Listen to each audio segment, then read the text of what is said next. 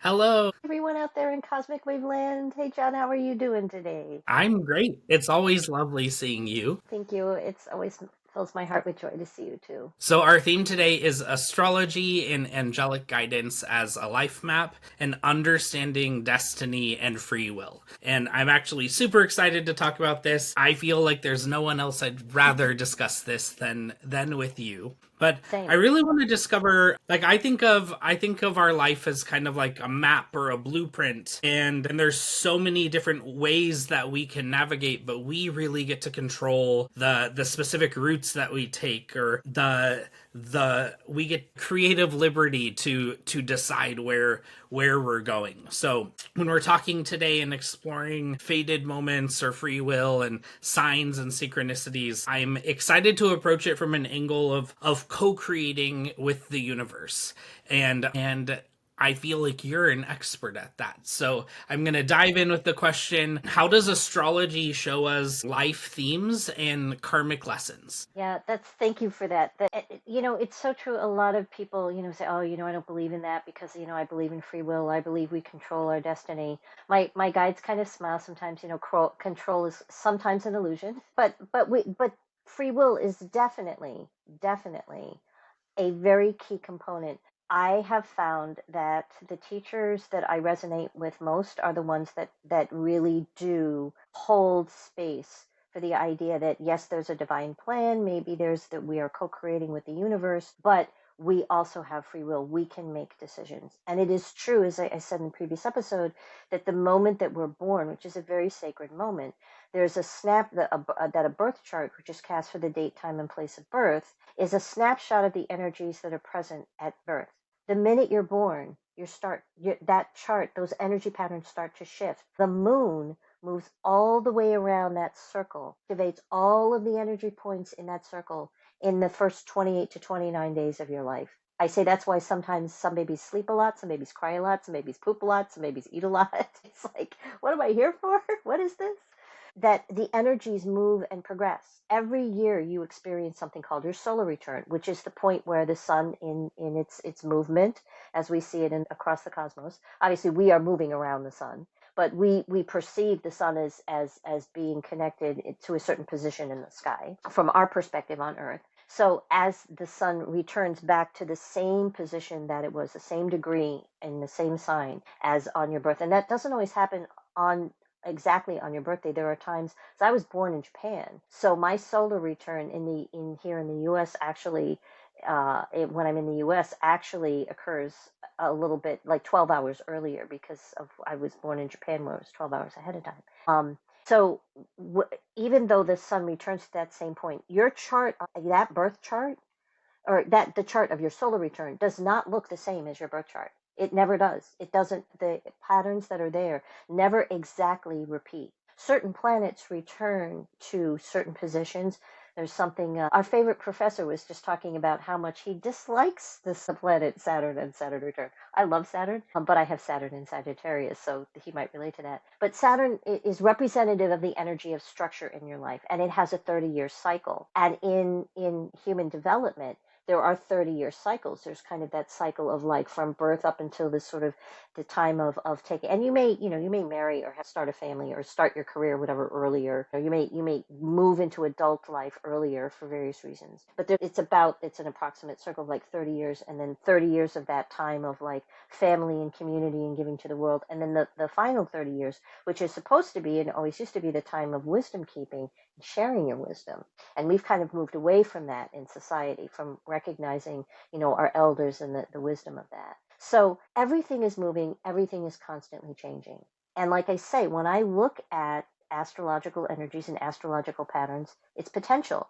There's so much potential in a person's chart, but we have free will. How we use that energy, how we interact with that energy, whether if we have an inherent ability to artistic expression, but we buy into the judgment of our teachers that said, you've got some talent, you've got some skill, but not talent. I wouldn't go to art school if I were you, me, right? And so saying, okay, well, I'm not going to be an artist. I've found other creative endeavors, other ways to express my creative energy. I majored in film and television, and went into visual media as a form of creative expression. But I've have, as you know, come back to re-embracing that desire for to work with art, to be an artist. So we have free will, and we are making. I remember the first time I heard this, it kind of scared me a little bit. We make thousands of choices a day. The blue socks or the green socks.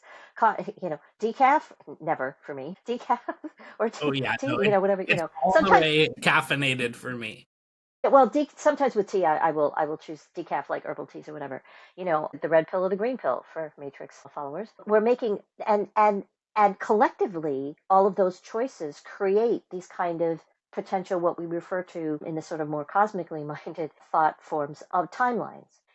People talk about all the decisions that you made if you have a significant other in your life, all or you meet someone, and then that puts you on a different trajectory. All of the decisions you made in your life up until that point, and all of the decisions that person made, are what brought your two paths together. And is it as if I had chosen decaf at some point, I would not have met this person? Probably not, but you never know. So to me, it's really important that people understand the way in which astrological interpretation works. I feel really well informed scientific astrological interpretation works is to embrace the idea of free will and potential. The future is not fated. There can be in someone's chart, when you project it forward 10 years, some big tower card moment where your dad's going to get a job with an international company, and you are going to leave the comfort of your happy little elementary school and your friends that you have, and you're going to go move overseas and have this big experience, and that you can see that there's a big change coming at 10. But how and what that change is not fated. So for Interesting. you, I know you work a lot with connecting with the intuition, and how that helps you understand, because if it's free will, then it's kind of like, okay, well, now, if my choices are going to change the timelines. And we can sometimes get ourselves into where we come to a crossroad in particular, and we're like, I have three different things I can choose from. I really don't know which way to go forward. So when you're at a crossroads like that in your life, how do you connect in with the intuition to click in that GPS? Well, I constantly am listening to my intuition and trying to hone it. So when you talk about like the hundreds or thousands of choices we make every day, like those little choices for me are like where the magic happens. Like, so I love to play the game of like, oh, my intuition is telling me to turn left, so I'm going to turn left. And I literally take a different route to work every single day. Same thing with like my socks or underwear. If my intuition is like, oh no, like grab the pink underwear instead of the orange pair, like I'm gonna listen to that. Or sometimes my intuition tells me to switch up my to-do list, and I'll be like, oh, I'm gonna listen to that. And I feel like the more I hone the craft when the stakes are really low, then I'm better at paying attention and listening when the stakes are high, because I have all of this practice. Now, I'm also the king when it comes to the big decisions of ignoring my intuition or suppressing it, because those tower card moments are really scary, right? Like they're like, I don't want the tower to crumble, so I'm just gonna like put my Pollyanna glasses on and pretend like it's not crumbling around me, or I would rather stay in the safety of this routine rather than allow this giant transformation to happen. So I think my favorite story about this is actually when you and I met, because I was ignoring all of the signs for transformation. I was ignoring all of the signs for change, but I kept like randomly and spontaneously like crossing paths with you. And there was this like little magical spark where we crossed paths. Like I remember the first one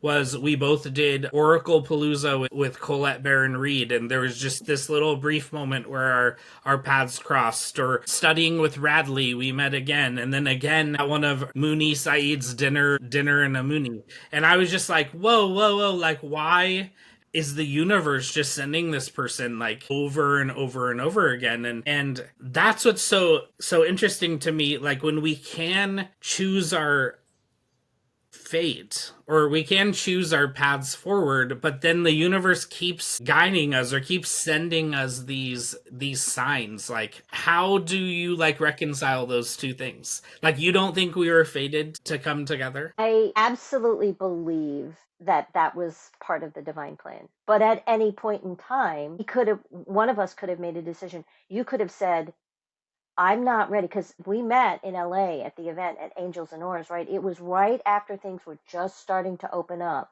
right? People were just starting to open. It was like, it wasn't a huge gathering, but we were going to be in a room with far more people than I think either one of us had been in, with for quite a while. Either one of us could have said, I'm not getting on a plane. I'm not traveling. I'm not going to go there. I'm not going to meet this person.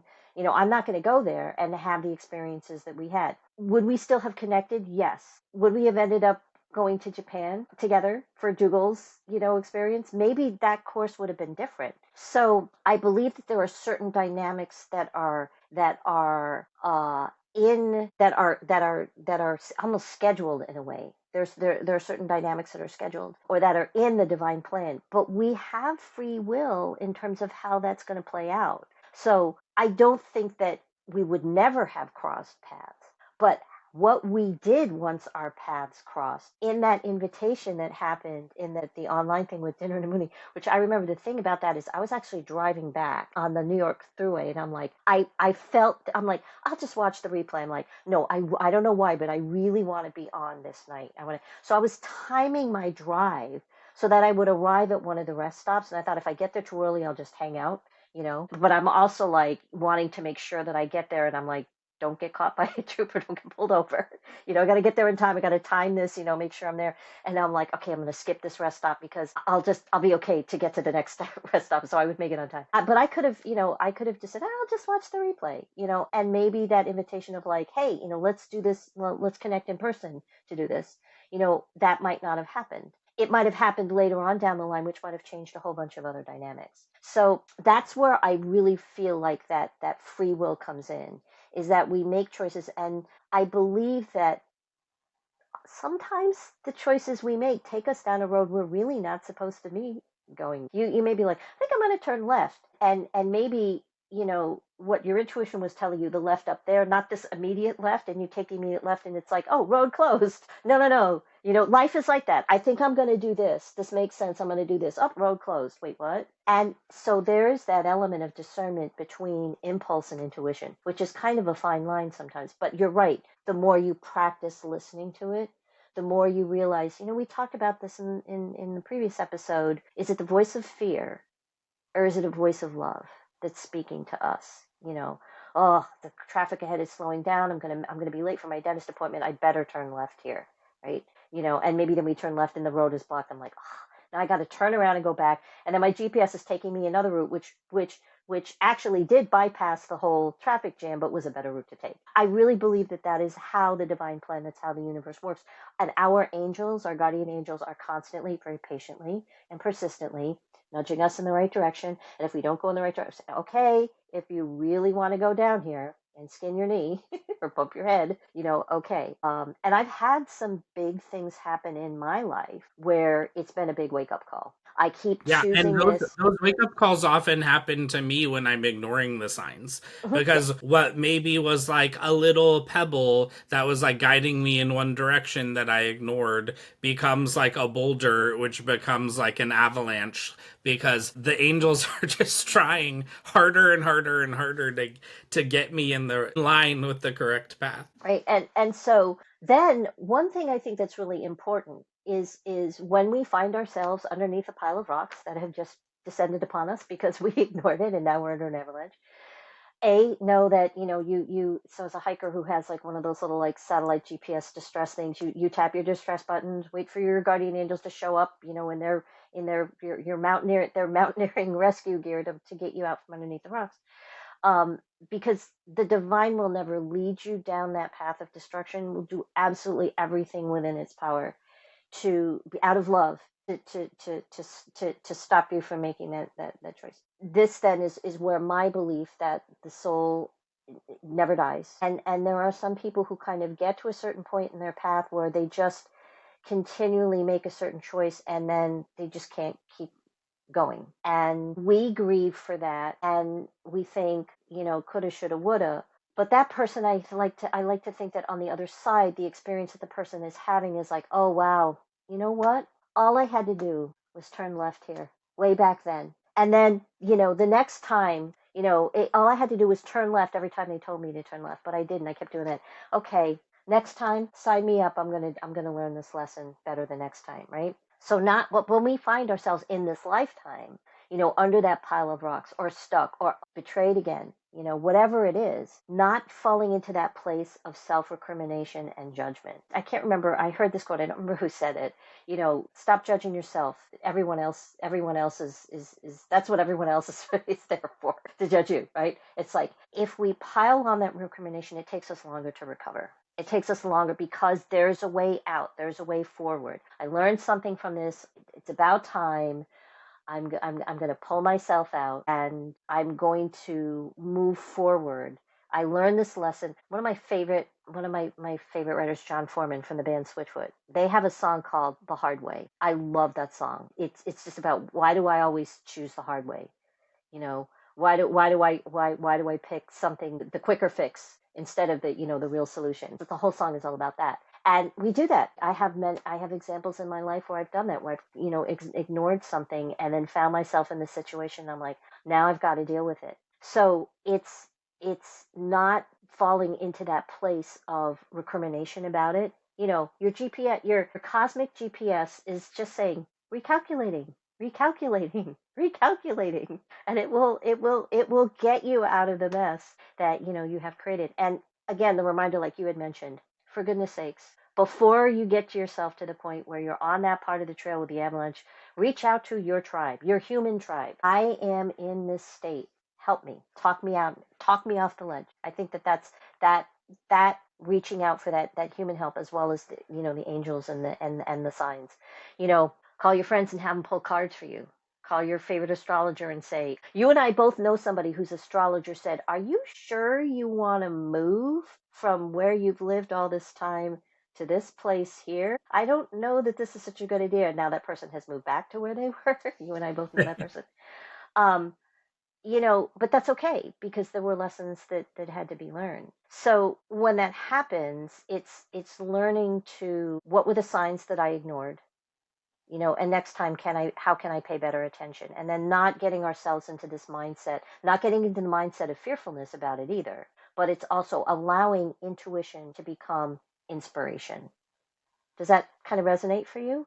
Yeah, I love that. So when I think of inspiration, there is this author, and I, for the life of me, I can't remember who it was, but she said that inspiration was like a train, and that you could feel it. You could feel it coming, and you could hear the engine roaring toward you, and you basically had that choice of like, am I gonna hop on, or am I gonna hop off? And I love that analogy, not just because when these bouts of inspiration come, or when the intuition is guiding us somewhere, it requires us to step up and take action, but also because, like, if we let it pass, that, like, it there, we never know whether it's gonna be like a Deborah Rahalski that's gonna, like, just repeat and kind of come back and be a little more nagging next time, or a little larger, like, and or whether that opportunity is gonna pass for good. So I think for me, I love thinking of action at, or inspiration as that invitation to show up and to step up and to take act, or to put in the effort. So much of my work is about taking aligned action, and to really not just sit back and wait for the universe to do the work for us, but to show up and meet the universe halfway in co-creating our dreams. So yeah, Let me ask I you, love. let me ask you, I'm going to interrupt you, and let me ask you a question. When you say, I'm going to take aligned action, I know what that means for me. You know what that means for you. But how can we help those of us in our audience understand, what does that mean, taking aligned action? How do you know that you're in alignment? How have you come to that place of knowing what that is, what that feels like? So if when we show up to a job that doesn't fulfill us, we can feel the weight of every task at hand. We feel the lethargic. We require extra coffee. That our body gives us the signs of when we're out of alignment with what we should be doing. But when we're answering the call to tell our story or to create this piece of art, it feels great. That alignment is flow that energy is flowing within us. It's uplifting our spirit. It's vibrating really high. We can feel the difference between the two. So I would invite the viewers, if they're going through the motions of something and it's not uplifting their spirit, or the energy feels a little off, or their body might be like displaying signs of aches and pains, or like they're probably not in alignment. But when we sit back, we reset, and we come into alignment with the universe, then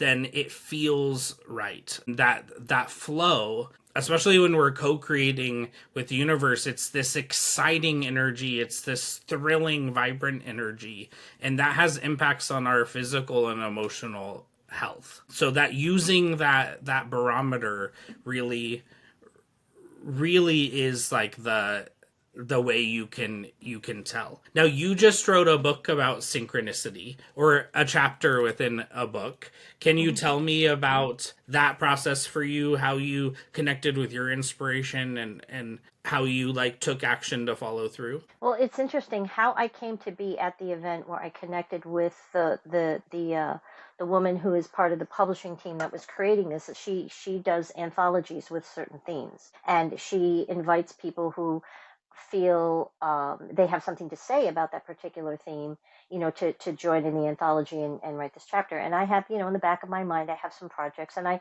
have an idea for something a book that I want to create, and have been thinking about going the independent publishing route, but not so much in the forefront that it's like I'm actively searching for it, right? And I came to be at this event by a series of interesting little synchronicities. It was something that was later in the year. I had two big international trips. One was the trip that we did to Japan together, that already planned, and I'm like, this isn't in the works.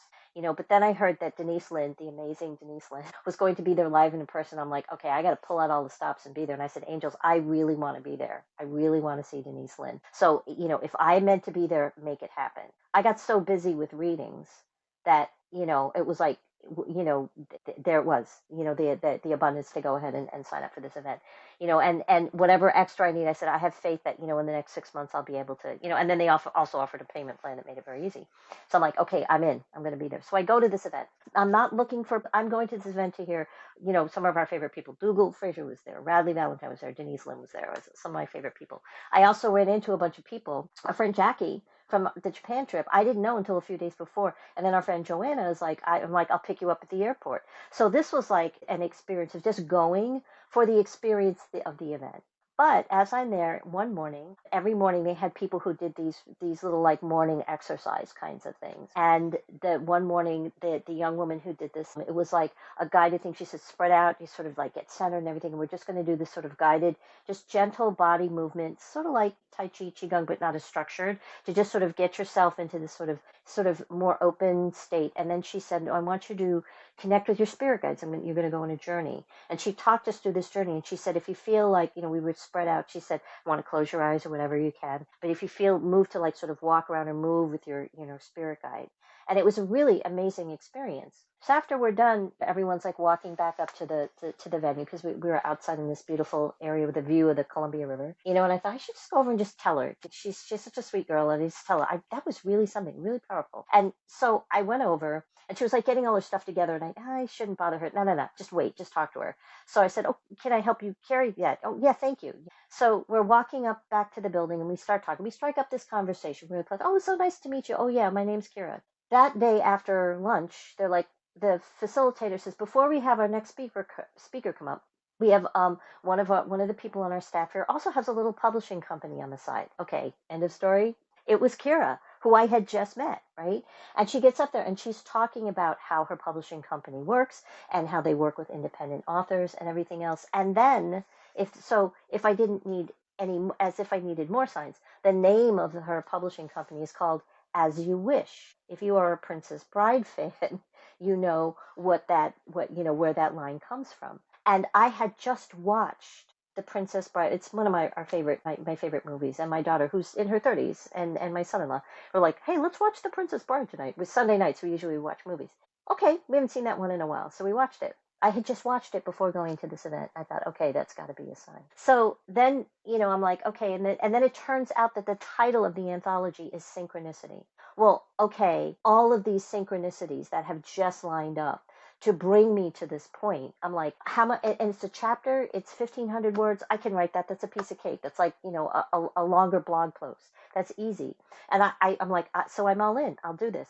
And I thought that I was going to write in that chapter, that I was going to write about the synchronicity of writing in synchronicity. And the chapter, which is the first version of it that I wrote, and the chapter that I ended up submitting was quite different. But that's fine. It got me in there. And now that I'm there, I believe someone I know is also now writing a chapter in the next anthology that we're doing together. Yeah. So, the synchronicity of, like, when that synchronicity happens, the thing about connecting with that, when you follow those things, I could have just said, oh, I don't want to bother her. Now, I could have not struck up the conversation with Kira, and she still would have done the presentation.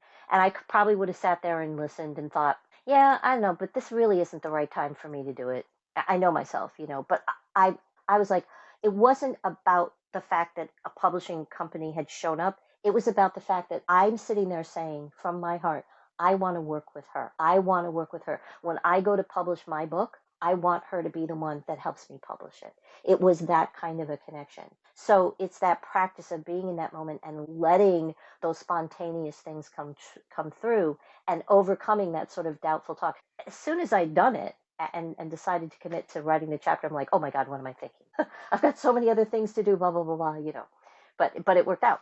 And I did not have on my vision quest or my vision board list for 2020, either 2024 or 2025. I had put out towards more 2026 to publish something. But there, by the beginning of February of 2025, I could say I am a published author and published author in a book that's a best-selling book in several categories on Amazon. So it was like, this is the thing. This is that train was there. And I didn't have to get on that train, but, off it went. And like the bullet train, once it's like, whoosh, off it went. Yeah, and I love that you said, like, you got out of your own way. You released any of those negative, or the fact that you experienced so many synchronicities leading into it. It invited you to kind of like release that monkey mind that otherwise may have prevented your full alignment in with that action. Any closing words? Well,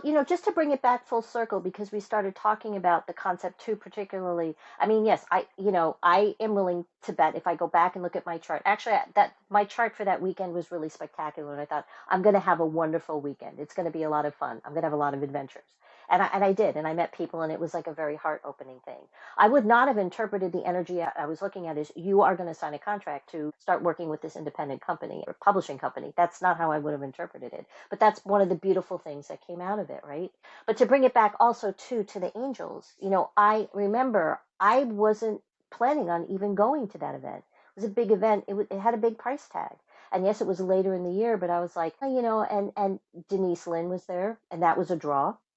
Okay, so that she was there, so Denise Lynn's and my paths got to cross there. And if it took Denise Lynn being there for me to get to be able to be there, but what it was it took the fact that Denise Lynn was speaking there. I mean, I love our other mentors, but we had just gone to Japan with Tugel, and I see Radley several times a year, so it's not that they're not a big deal, but I'm like, well, I could probably see them for a little bit less. But Denise Lynn was there. That was a big enough invitation for me to reach out and say, Ariel, angel of abundance, if I'm supposed to be there, I want to be there. If I'm meant to be there, make it happen. Make it happen. And the fact that as I was saying that and focusing on that I could also feel Gabriel's energy coming in. And Gabriel, personal moment I'll share. Gabriel is the angel of the Annunciation. And when I was a kid, and we sat, you know, how you sit in the same pew in church all the time. For those of you that go to church, you know, may have been raised going to church on a regular basis, we sat in this particular pew in this church. There was a stained glass window right by there. And it was a stained glass that was a depiction of the Annunciation. It's Gabriel and Mary. And when I was in church, I would be listening to the music and sort of tuning out, you know, to be good and still and quiet. And that angel would talk to me.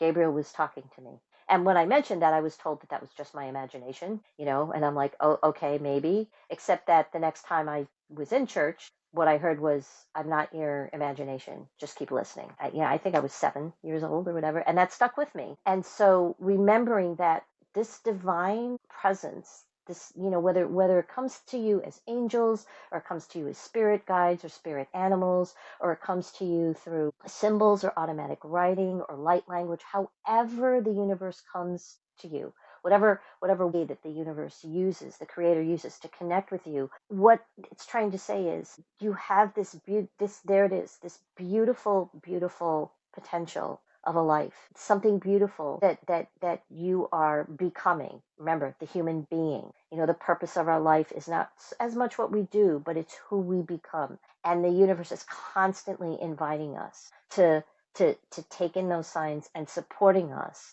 And we just have to remember that, to believe in ourselves the way that the universe and the angels believe in us. It's beautiful. Thank you so much. Our next episode is going to be living your cosmic purpose, embodying your highest potential. And I can't wait. See everybody next time.